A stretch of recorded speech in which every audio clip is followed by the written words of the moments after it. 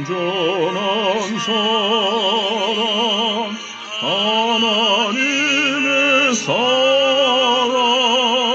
감이 없는 사랑의 겨워 둘 한 몸 되어 보람 있게 살라 손 모아 주님 앞에 빕니다.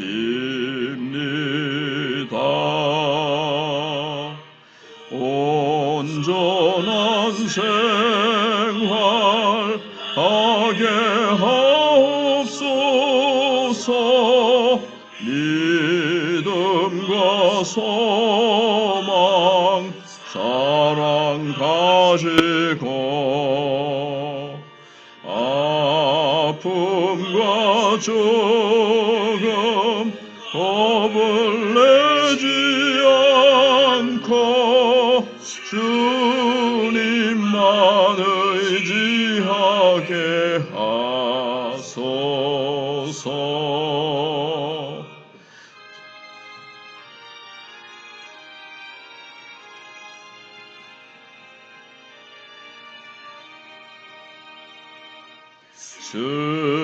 슬픔을 이길 기쁨 주시옵고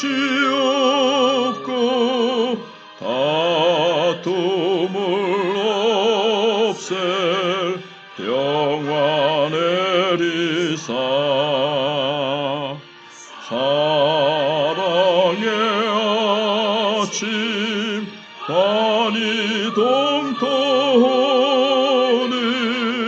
행복한 나날 되게 하소서.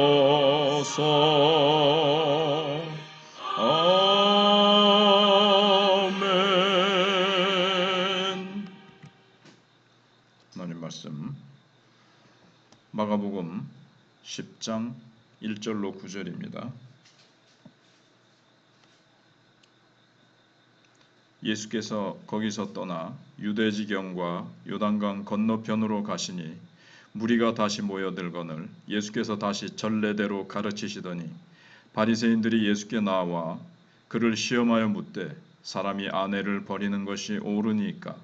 대답하여 이르시되 모세가 어떻게 너희에게 명하였느냐? 이르되 모세는 이혼 증서를 써주어 버리기를 허락하였나이다.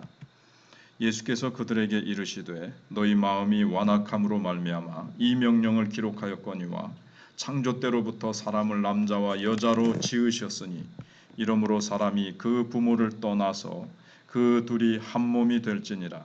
이러한즉 이제 둘이 아니요 한 몸이니 그러므로 하나님이 짝지어 주신 것을 사람이 나누지 못할지니라 하시더라. 아멘. 하나님이 우리에게 주신 선물 중에서 최고의 선물이 바로 이 성입니다. 하나님이 우리를 남자와 여자로 만드시고 또 서로 사랑할 수 있는 마음을 주신 것은 너무나도 귀한 축복입니다. 우리가 이 세상을 살아가면서 남녀 간의 사랑이 없다면 정말 이 세상을 살아갈 어떤 맛이 나지 않을 겁니다. 남녀 간의 사랑이 있기 때문에 수많은 시가 있고 소설이 있고 또 음악이 있는 겁니다. 그러나 이 남녀 간의 사랑이 한편으로는 가장 아름다운 축복이면서도 다른 한편으로는 가장 추악한 죄가 될 수 있습니다.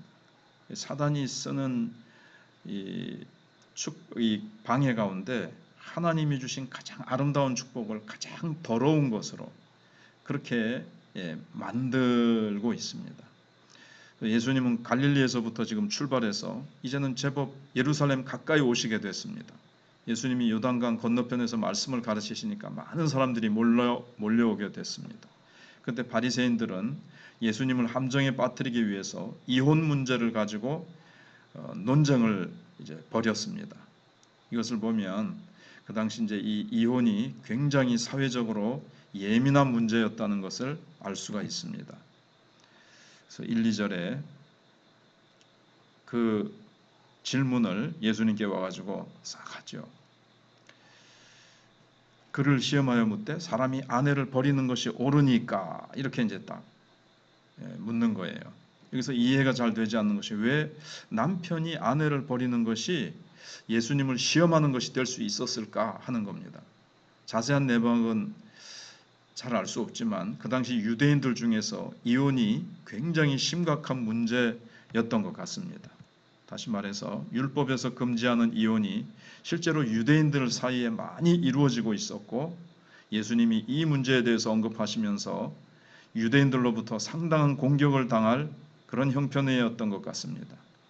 그 당시 예루살렘에서 가장 예민한 문제 중에 하나가 이제 이 이혼 문제였는데 모세의 율법에는 이혼이 허용되지 않는데 실제로 많은 유대인은 결혼을 깨고 자기가 좋아하는 사람과 재혼을 하고 있었던 것 같습니다. 그래서 이 질문이 예수님을 시험하는 질문이 될 수 있었던 게 뭐냐 하면 만약 예수님이 관대한 입장에서 이미 이혼한 것을 어떻게 하냐 인정해 줘야지 라고 하면 당신은 왜 모세의 율법을 깨느냐 그러니 예수님이 또 그러나 예수님이 강경한 입장을 취해서 모든 이혼은 안 된다. 재혼도 인정할 수 없다. 모든 것을 원상 회복하라.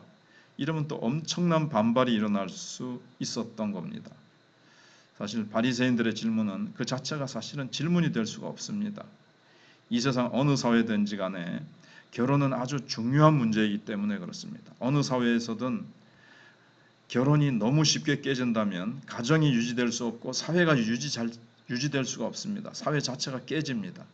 그렇기 때문에 어느 사회든지 간에 결혼은 사회적 승인을 얻어서 인정받아서 결혼을 하게 되어 있고 일단 결혼하면 죽을 때까지 혼인관계를 지키는 것이 이제 관습법으로 되어 있습니다.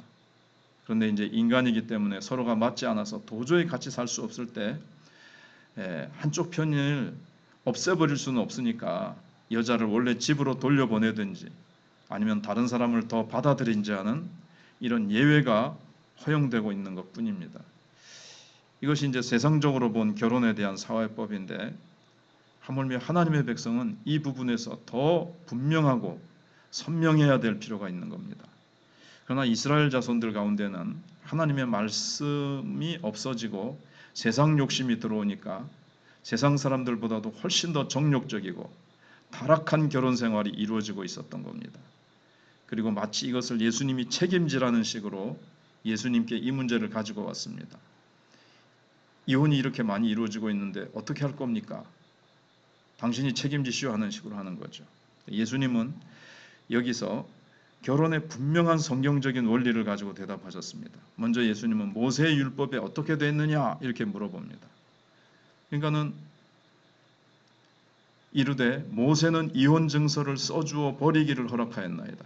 4절에 그렇게 이제 대답을 하죠. 근데 이 대답은 옳은 대답이 아닙니다. 모세는 혼인의 순결을 위해서 사람이 해서는 안 되는 많은 죄를 열거를 했습니다. 근친상간도 안 되고 짐승들과의 관계도 안 되고 여종이라도 관계를 맺었을 때는 함부로 이방인에게 팔지 못하고 함께 살도록 규정을 해놓았습니다. 심지어 자기 부인의 순결이 의심될 때는 어떻게 하나님 앞에 가서 그 의심을 해결할 것인지조차도 다 명시해 놓았습니다. 그렇지만 사람이기 때문에 도저히 서로가 맞지 않을 수 있습니다. 그때 남자가 자기 아내를 너무 미워하면 말려서 죽일 수도 있기 때문에 여자를 살리기 위해서 이혼 증서를 써주면서 돌려보내는 것을 허용한 겁니다.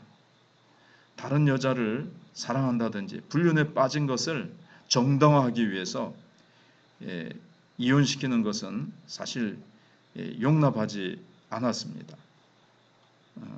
음행한 연고 외에는 하나님이 짝지어 주신 것을 나눌 수 없다. 분명히 이렇게 되어 있는데 불륜에 빠져놓고도 자기의 이혼을 정당화하기 위해서 여자를 막 괴롭히는 겁니다. 마음에 들지 않으니까 그래서 자꾸 여자를 괴롭히니까 여자를 보호하기 위해서 모세가 사실 그 당시에 일시적으로 남자의 마음들이 사람의 마음이 너무 완악하니까 이혼 증서를 그러면 써줘라 이렇게 이제 한 겁니다. 그냥 여자가 쫓겨나게 되면은 여자는 갈 곳이 없게 되어집니다. 그래서 이혼 증서를 써주라는데 그러면서 예수님이 그렇게 대답을 하자 모세는 이혼할 수 있다고 했습니다. 이렇게 하니까 성경적 원리를 다시 분명히 하십니다. 5절로 9절에서 너희 마음이 완악함으로 말미암아 이혼을 할 수 없이 허락한 것이지 원래 하나님이 창조하신 원리는 뭐냐? 사람을 남자와 여자로 지으셨고 사람이 부모를 떠나서 그들이 한 몸이 되는 것이다. 둘이 아니고 한 몸이기 때문에 하나님이 짝지어 주신 것을 사람이 나누지 못한다 하는 이 창조 때의 원래의 결혼 법칙을 예수님이 딱 제시를 하십니다. 모세의 이혼 규정은 어쩔 수 없는 양보 규정이라고 이제 하시는 겁니다. 한쪽이 불륜을 저지르고 혼인의 순결을 더럽혔을 때 예전 같으면 이제 돌로 쳐 죽여야 되지만 막 이혼을 그냥 허락을 하신 거죠. 막 그렇게 되면 너무나 많은 사회적인 문제가 일어나니까 마음의 이 완악함 때문에 허락했다는 겁니다. 중요한 것은 하나님이 주신 이 결혼의 배필이 얼마나 아름답고 완벽한 하나님의 축복인가 하는 겁니다. 우리가 다른 사람으로부터 귀한 선물을 받으면 기분이 아주 좋죠. 보석이나 꽃을 받으면 옷을 또 선물로 받으면 내가 사랑받고 있구나, 인정받고 있구나 싶어서 굉장히 자신을 소중한 존재로 느끼게 되죠. 근데 보석은 같이 말을 할 수가, 교제를 할 수가 없습니다. 그냥 보고 즐기기만 하는 거죠. 꽃도 금방 시들어버리고 옷도 낡아집니다. 근데 하나님이 짝지어 주신 배필은 한평생 서로 대화를 나누면서 사랑하면서 도우면서 살아갈 수 있는 살아있는 선물입니다. 가장 귀한 축복이고 선물이죠. 그런데 이 세상에 어떤 보석이나 옷이나 꽃과 비교할 수 없는 선물이고 거기다가 하나님은 나에게 부족한 어떤 성품을 배필에다가 이렇게 넣어주셨습니다. 그러니까 하나님이 우리에게 주신 선물 중에서 최고이고 완벽한 살아있는 선물입니다. 사람들이 그걸 깨닫지 못하고 괴롭히고 그리고 마음에 안 들어하고 이게 이제 마음이 완악하고 하나님이 주신 그 좋은 선물의 축복의 면을 보지 못하고 인간은 완전하지 못하니까 부족한 면을 보든지 자기 욕심 채우려고 다른 여자하고 살고 싶으니까 막 괴롭혀서 피를 말리듯이 막 그렇게 하니까 할 수 없이 이혼 증서를 써준 거죠. 그리고 하나님이 주신 배필은 오직 한 명입니다.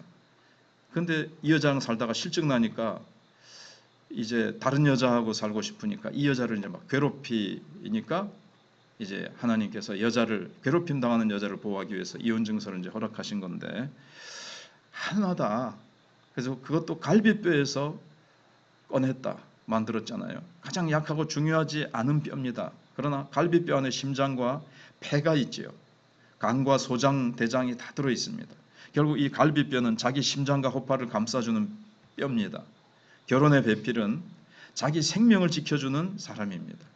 그래서 결혼은 단순히 한 남자와 여자가 육체적으로 결합하는 것을 의미하지 않고 감정적으로 서로 사랑하는 것을 하기 위해서 결혼하는 것도 아닙니다. 한 번 결혼하면 한 사람이 되어버리는 겁니다. 생각과 감정과 몸이 사실은 하나가 되는 겁니다. 모든 것이 하나가 되는 겁니다. 결혼은 단순한 사랑의 결합이 아니라 자신의 한평생을 상대방에게 바치고 헌신하는 겁니다. 문제는 이스라엘 자손도 이방인들과 똑같은 방식으로 결혼 생활을 하고 있었던 거죠. 그래서 예수님께서 결혼이라는 것은 너희가 생각하는 것과 비교할 수 없을 정도로 엄청난 하나님의 축복이고 가치 있는 약속이라는 것을 말씀하십니다. 성경에 있는 그 결혼의 원리대로 살아가면 먼저 가정이 천국이 됩니다. 부부간의 교제와 그 아름다움이 천국을 이루게 되어집니다.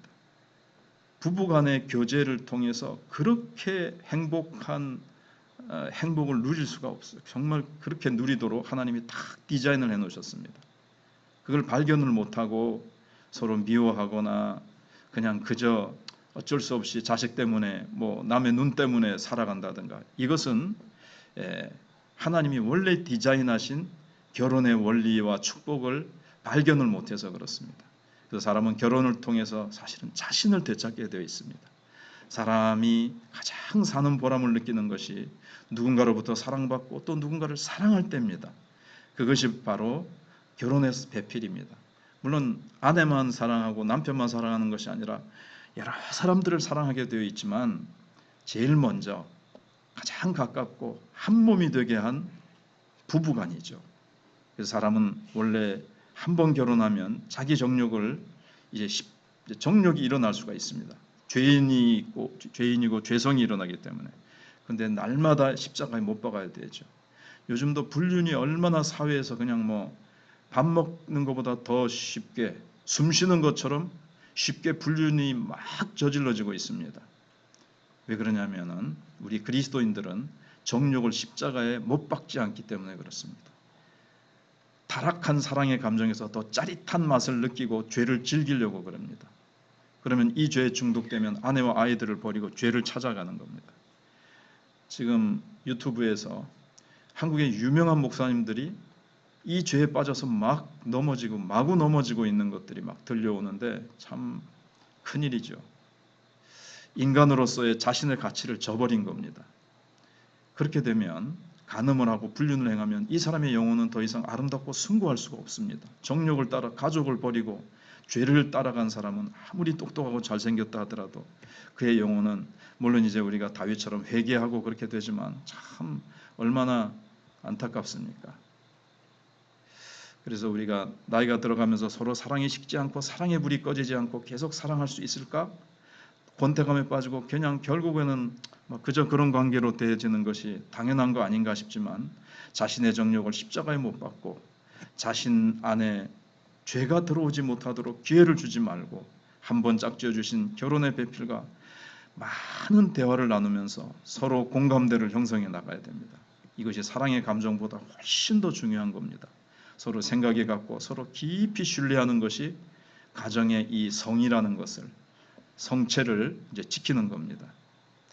가정이 한 번 무너지고 깨지면 참 자녀들의 인생이 비참하게 되지요.